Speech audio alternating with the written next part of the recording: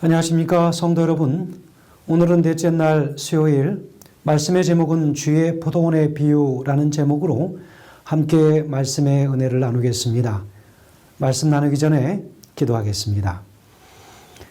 하늘에 계신 아버지 하나님, 우리 아버지 하나님께서 이방 땅에 사는 이스라엘 백성들을 약속의 땅에 다시 올 수 있도록 하시고, 또 그들을 인하여 옮겨 심은 포도나무처럼 비유하여 하나님께서 가꾸시고 돌보시는 참으로 농부로서 오늘 우리에게 다가와 주셔서 주님 감사합니다. 아버지 하나님, 이 포도원에 이 심겨진 이 나무처럼 우리 주님 주의 손길에 늘 감사하게 하시며 주의 돌보심의 그늘 아래서 오늘도 정말로 말씀 안에서 하나님의 보살핌 안에서 생애하며 행복한 그리스도인의 삶을 영위할 수 있도록 인도하여 주시기를 예수님의 이름으로 간절히 기도합니다. 아멘. 오늘의 말씀의 제목은 주의 포도원의 비유라는 제목을 가지고 함께 말씀의 은혜를 나누겠습니다. 우리 계속해서 시편의 말씀을 함께 나누고 있습니다. 성도 여러분, 시편의 말씀을 통하여 어떤 말씀들의 은혜를 얻으시고 계십니까? 시편의 말씀은 참으로 많은 사람들에게 종종 자주 읽히고 있는 말씀이지만, 그러나 이 말씀 속에 담겨져 있는 참으로 놀라우신 우리 하나님의 그 사랑과 그 자비와 인애와 공의의 모든 판단들이 하나님의 백성들을 위하여 언제나 함께 하고 있다고 하는 사실을 다시 한번 깨닫는다면 오늘도 하나님 앞에 오늘 우리 모두는 감사할 수밖에 없게 될 것입니다. 시편 80편의 말씀 속에는 주의 포도원의 비유로 이야기하고 있는데, 바로 고난당하고 있는 이스라엘을 회복시켜 주시기를 탄원하는 기도입니다.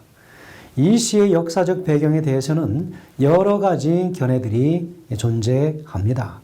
그러나 본문에는 12지파들 가운데 특별히 요셉, 에브라임, 베냐민 그리고 므낫세 등의 이름들이 거론되어지고 있다고 하는 것은 북쪽 이스라엘의 패망과 관련된 배경을 가지고 있다라고 추측을 하게 합니다. 바로 이런 추측들이 옳다면 이 시의 역사적 배경은 아수르에 의한 북쪽 이스라엘의 패망과 관련이 있을 것입니다. 오늘 특별히 본문에 나타난 요셉과 에브라임, 베냐민 그리고 므낫세 이 지파들은 다 하나같이 북방 이스라엘 쪽의 땅을 차지한 족속들이 되었기 때문에 참으로 그렇습니다. 이 시는 시인의 탄원에 대하여 동일한 구원의 길이 3번 반복하여 제시되고 있습니다. 다시 말하면 시인의 탄원의 내용은 주제의 변화에 따라서 각각 다르게 표현되지만, 그럼에도 불구하고 그 탄원에 대한 구원의 길은 주의 얼굴빛으로 제시되었습니다.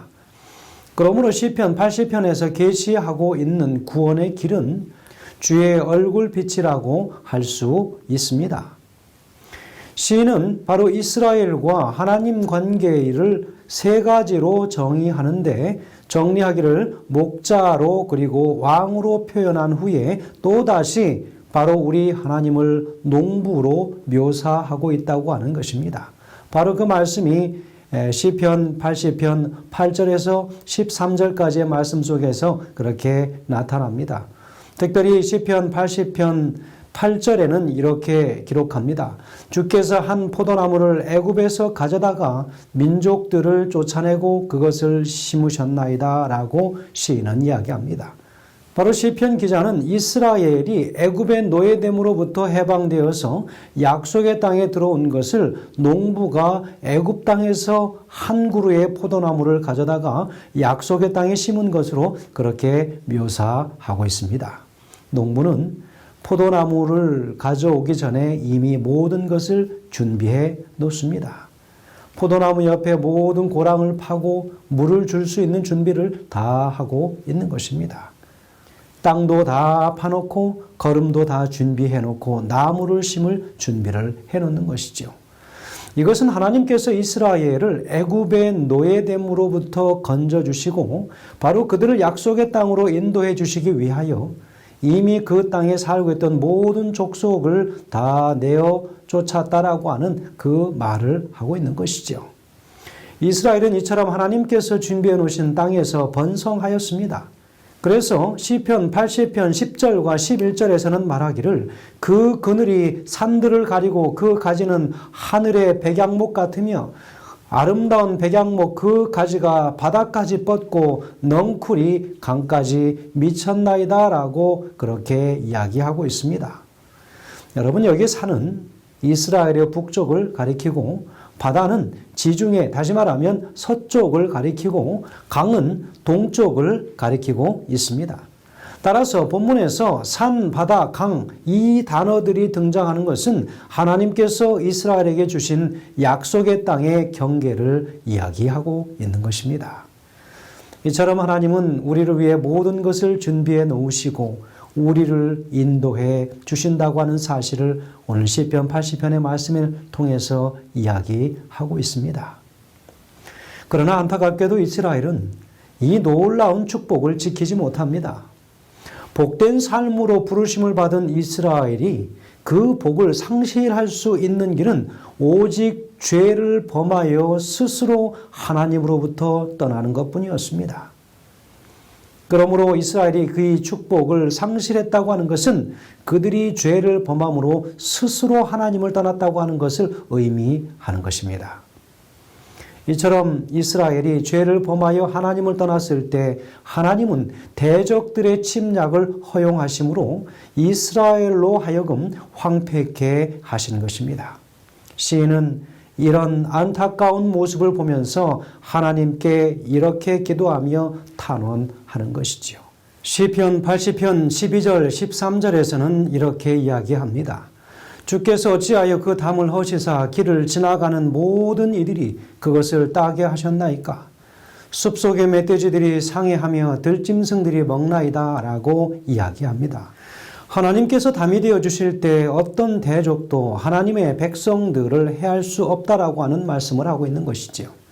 그러나 하나님은 자기 백성들로부터 보호의 그늘을 거두어 가실 때도 있다고 하는 것을 이스라엘 백성들에게 상기시켜 주고 있습니다. 성도 여러분, 바로 이것은 이스라엘 백성들뿐만 아니라 오늘을 사는 우리도 동일하게 기억하여 깨닫고 있어야 할 것입니다.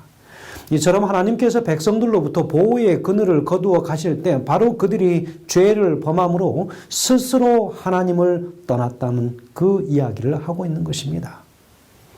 아담과 하와가 바로 그러하였지 않았습니까? 그러므로 하나님의 백성들이 범할 수 있는 어리석음 가운데 가장 어리석은 바로 스스로 하나님을 떠나는 것이라고 하는 것을 이야기하고 있습니다. 특별히 13절에 수풀의 돼지와 들짐승은 이스라엘을 대적하는 모든 존재들을 의미하고 있습니다.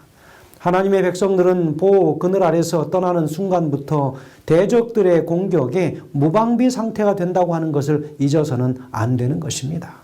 그러므로 오늘 우리는 하나님의 임재하심 그늘 안에 우리는 고이 있어야 하는 것이지요. 그분의 보호의 날개 아래 거하야 하는 것입니다. 시인은 구원의 손이 주께 있음을 알고 그 앞에 나가서 구원을 탄원하고 있습니다. 그는 이 두 가지 이유를 들어서 하나님께 자신들을 구원해 주기를 탄원하고 있습니다. 그 첫 번째는 이스라엘이 주께서 심은 포도나무라고 하는 사실이기 때문이라고 이야기하고 있습니다. 여러분, 이 말에는 하나님의 소유인 이스라엘이 버림받는 것은 하나님께 손해가 된다고 하는 의미를 내포하고 있습니다. 다시 말하면 이스라엘의 형통함은 하나님께 영예가 되지만 이스라엘의 황폐함은 하나님의 이름에 누를 끼치게 된다고 하는 것을 의미하고 있습니다.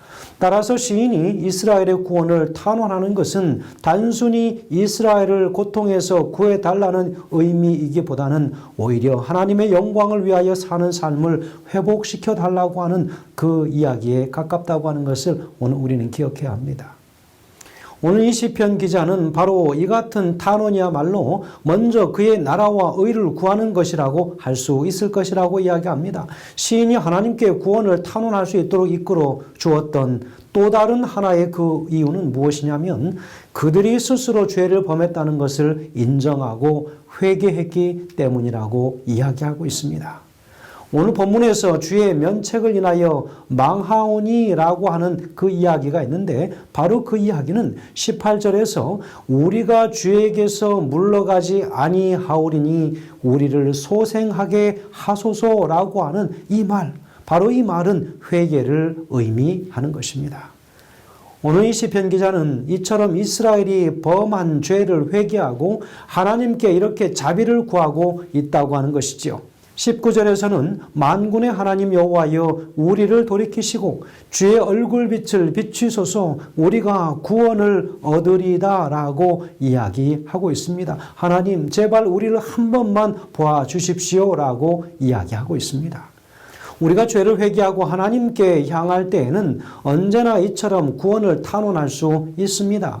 그리고 주께서 그의 얼굴빛을 우리에게 비치실 때에 모든 어둠들은 다 물러갈 것이고 어둠 가운데서 생명을 잃어가던 것들은 다시 다 되살아날 것이라고 하는 것이죠. 하나님의 은혜가 거두어진 듯하고 고통을 경험하는 가운데 고민하던 시편 기자는 그들을 돌이키시는 그분의 은혜의 약속 가운데에서 소망을 발견하였습니다. 그래서 주께서 그의 얼굴빛을 우리에게 향하시는 자로 그때가 대적들에게는 패망의 날이 되고 우리에게는 구원의 날이 된다고 하는 것을 이야기하고 있습니다.